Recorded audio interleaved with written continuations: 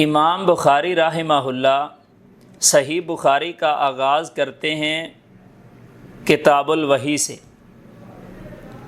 اور کتاب الوحی میں جو پہلا باب لے کے آتے ہیں وہ ہے باب کیف کان بدء الوحی الی رسول اللہ صلی اللہ علیہ وسلم، کہ رسول اللہ صلی اللہ علیہ وآلہ وسلم کی طرف وحی کا آغاز کیسے ہوا۔ محدثین یہ کہتے ہیں کہ فقہ البخاری فی تراجمہ، امام بخاری کی جو فقہ ہے وہ صحیح بخاری کے اندر امام بخاری کے ابواب بندی کے اندر ان کی فقہ چھپی ہے۔ اب بظاہر یہاں پہ دیکھیں تو تضاد نظر آ رہا ہے کہ اوپر بیان وحی کا شروع کیا، باب وحی کا باندھا، اور نیچے حدیث نیت کی لے آئے۔ یہ بظاہر لوگوں کو تضاد نظر آتا ہے، لیکن یہ تضاد ہے نہیں۔ یہی تو امام بخاری رحمہ اللہ علیہ کی فقاہت ہے، دیگر محدثین سے مجتہد مطلق تھے نا۔ امام بخاری رحمہ اللہ علیہ کتاب الوحی یعنی وحی کے بیان کے اندر نیت کی حدیث لا کے 2-3 باتیں ثابت کرنا چاہتے ہیں۔ سب سے پہلے یہ کہ امام بخاری کتاب الوحی میں باب الوحی کے اندر، یعنی یہ وحی کے آغاز کیسے ہوا، اس کے تحت نیت کی حدیث لا کے یہ ثابت کرنا چاہتے ہیں کہ اللہ تعالیٰ علم دین اور علم وحی کا کام صرف اس بندے سے لیتا ہے یا اس گروہ سے لیتا ہے جس کی نیت خالص ہوتی ہے، یا یوں کہہ لیں کہ اللہ تعالیٰ علم کی خدمت کرنے والے لوگ، قرآن و سنت کی خدمت کرنے والے لوگ، وحی کی خدمت کرنے والے لوگ، یہ کتنا بڑا عمل ہے، کتنا بڑا عمل ہے۔ فرمایا یہ اتنا بڑا عمل بھی تب ہی قبول ہونا ہے اگر آپ کی نیت خالص ہے۔ تیسرے نمبر پہ امام بخاری کی ایک سوچ یہ بھی تھی نیت کے وحی کے بیان میں نیت کو لانے کی، کہ یہ ساری صحیح بخاری لکھی جا رہی ہے، حدیث کا کام ہو رہا ہے، وحی کا کام ہو رہا ہے، نیت خالص نہیں، یعنی تمام تر اعمال کی مقبولیت کی شرط یہ ہے کہ نیت خالص ہو۔ اسی لیے تو حدیث کیا ہے؟ حدیث علم وحی ہے نا۔ علم وحی کا کام اللہ اس بندے سے لیتا ہے جس کی نیت خالص تھی۔ امام بخاری رحمہ اللہ علیہ کی نیت خالص تھی، محض اللہ کو راضی کرنا تھا، رسول اللہ کو راضی کرنا تھا، اس لیے نبی پاک کی حدیث کو لوگوں تک پہنچایا لکھ کے، نیت خالص تھی۔ تو اس لیے تضاد نہیں ہے کتاب، باب اور حدیث کے درمیان میں۔ عام طور پہ امام بخاری رحمہ اللہ علیہ یہ کرتے ہیں کہ پہلے مسئلہ ذکر کرتے ہیں، اس کی تائید میں پھر نیچے حدیث لے کے آتے ہیں۔ اوپر باب وحی کا باندھا، نیت حدیث کی، حدیث نیت والی لے کے آئے، ثابت یہ کیا کہ وحی کا کام بھی اللہ اس بندے سے لیتا ہے جس کی نیت خالص ہو۔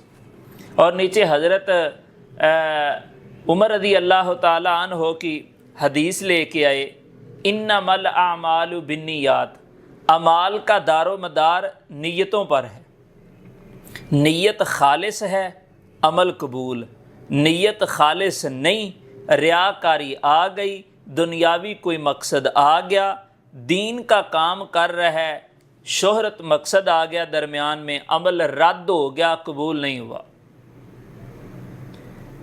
من کانت ہجرتہ الی اللہ ورسولہ فہجرتہ الی اللہ ورسولہ، جس بندے نے اللہ اور اس کے رسول کے لیے ہجرت کی تو اس کی ہجرت اللہ اور اس کے رسول کے لیے ہی ہوئی ہے۔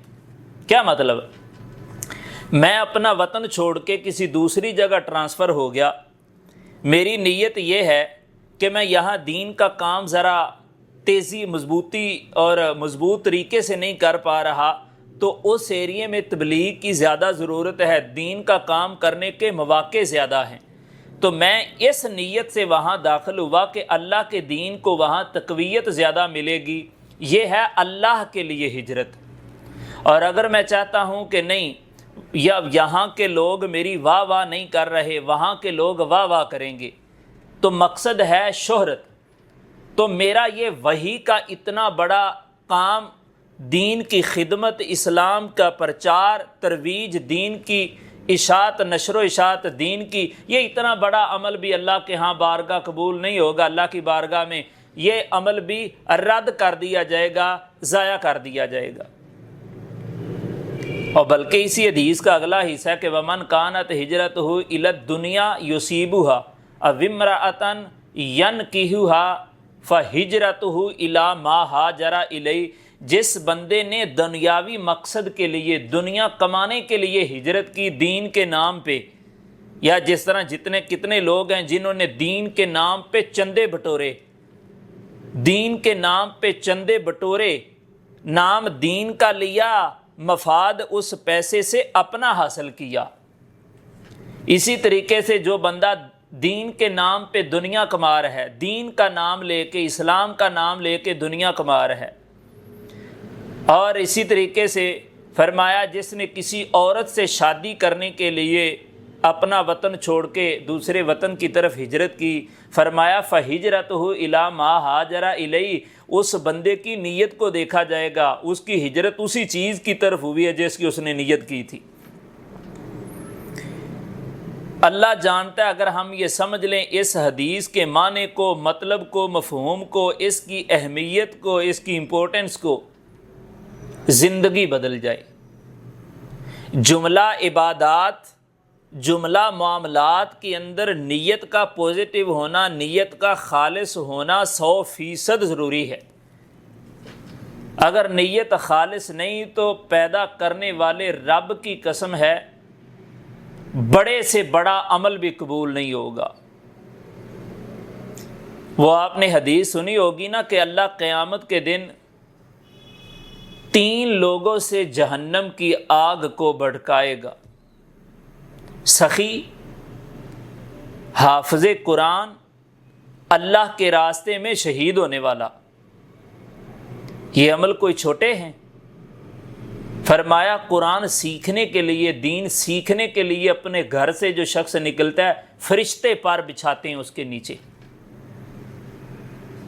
پرندے دعائیں کرتے ہیں فضاؤں میں، مچھلیاں دعائیں کرتی ہیں سمندر اور پانی اور دریاؤں کی لہروں کے اندر۔ لیکن اس کی نیت کیا سی؟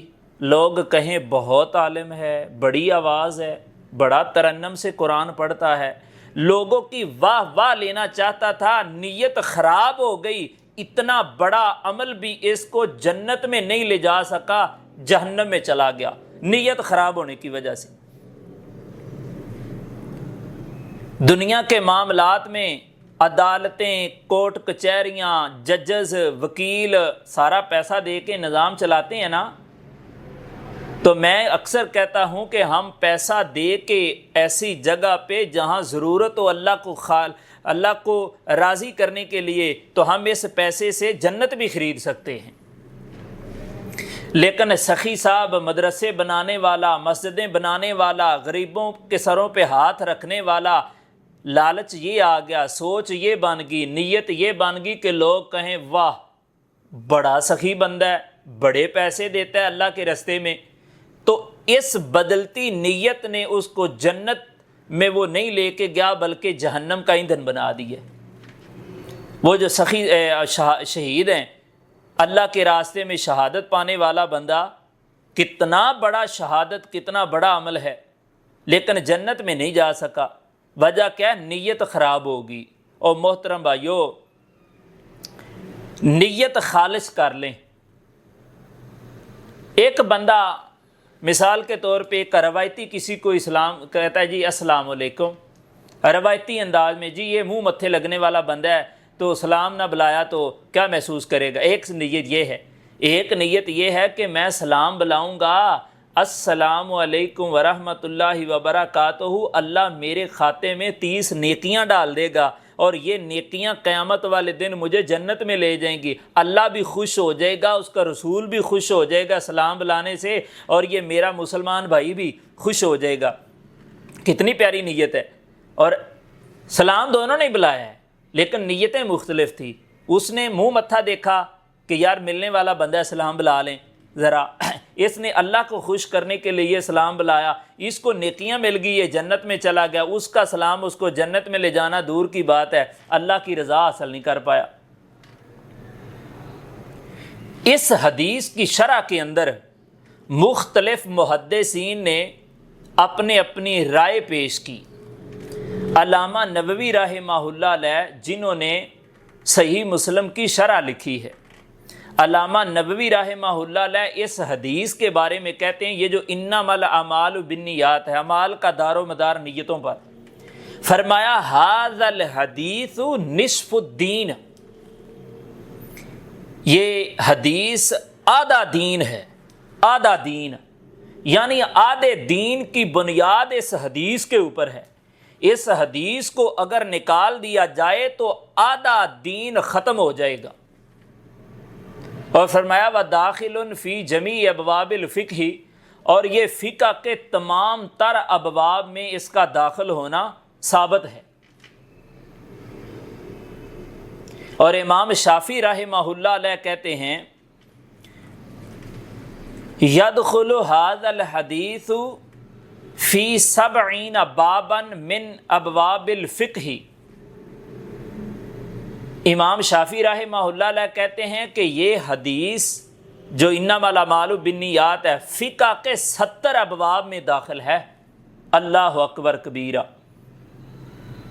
اور علامہ ابن رجب رحمہ اللہ علیہ کہتے ہیں کہ ھذا الحدیث احد 4 احادیث، کہ یہ حدیث ان 4 احادیث میں سے ایک ہے، علیہا مدار الاسلام، جس کے اوپر اسلام کی عمارت کھڑی ہے۔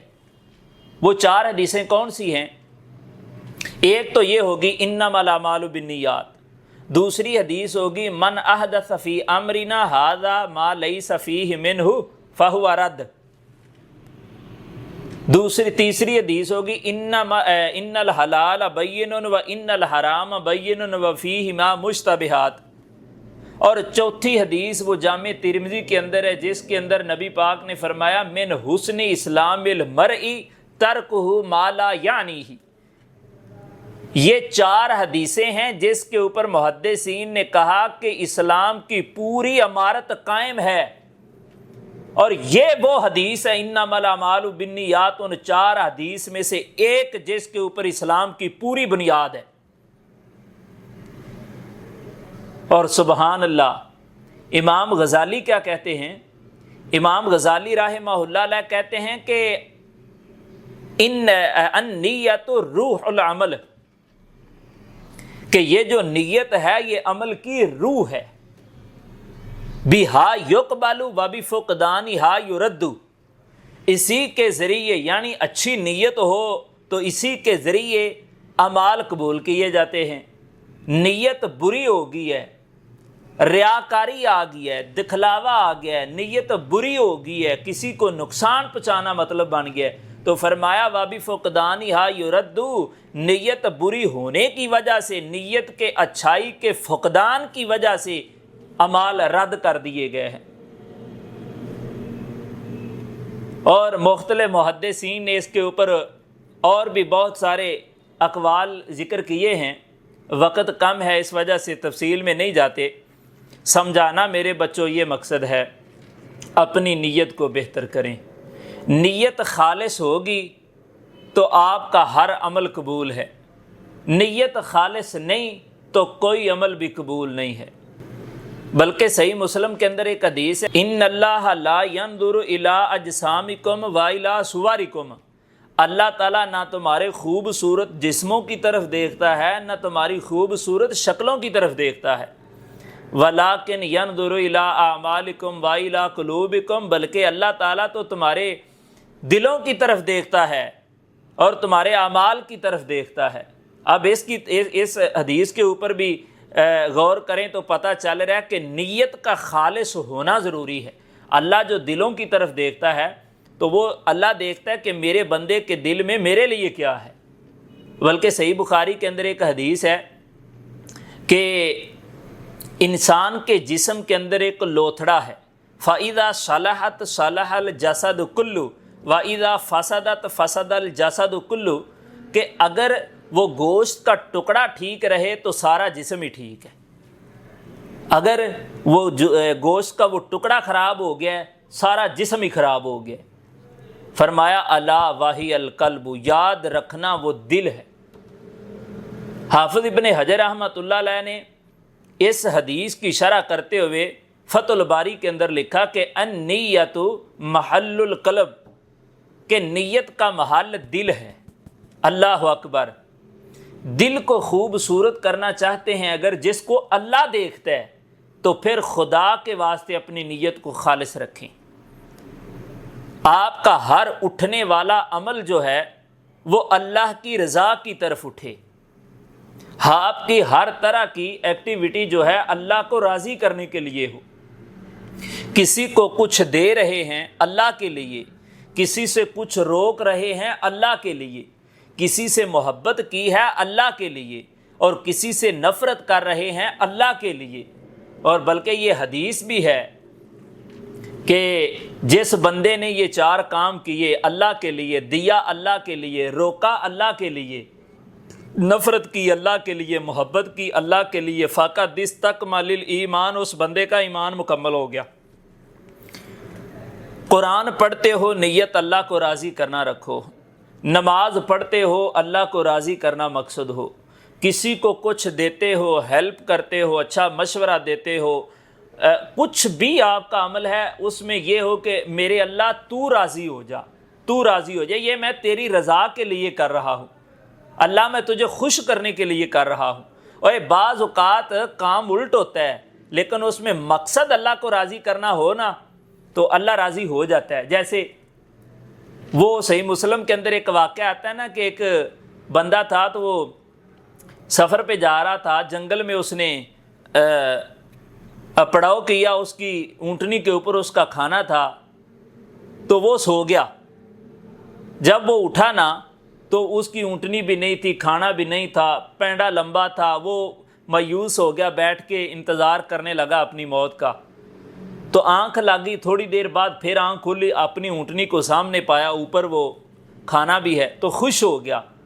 تو خوش ہو کے اللہ تعالیٰ کو کہتا ہے اللہ اللہم انت عبدی و انا ربک، کہنا یہ تھا کہ اللہم انت ربی و انا عبدک، اللہ میں تیرا بندہ ہوں تو میرا رب ہے، کہنا یہ تھا، کہہ دیا اللہ میں تیرا رب تو میرا بندہ، یعنی اللہ کو یاد کر کے ایکسائٹڈ اتنا ہوا، خوش اتنا ہوا، الٹ جملہ بول دیا۔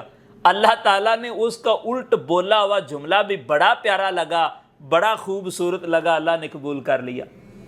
سو بات کرنے کا مقصد بھائیو یہ ہے کہ نیت کو خالص رکھیں، جملہ عبادات کے اندر، جملہ معاملات کے اندر، نیت اپنی خالص رکھیں، اللہ تعالیٰ انشاءاللہ آپ کے لیے خیر کے راستے پیدا کرے گا، دنیا میں بھی عزت ہوگی آپ کی، آخرت میں بھی اللہ تعالیٰ جنت کی صورت میں کامیابی دے گا۔ اور اگر آپ کی نیت بدل گئی نا، یاد رکھنا پھر گلی کے کتے بھی بھونکیں گے آپ کے اوپر۔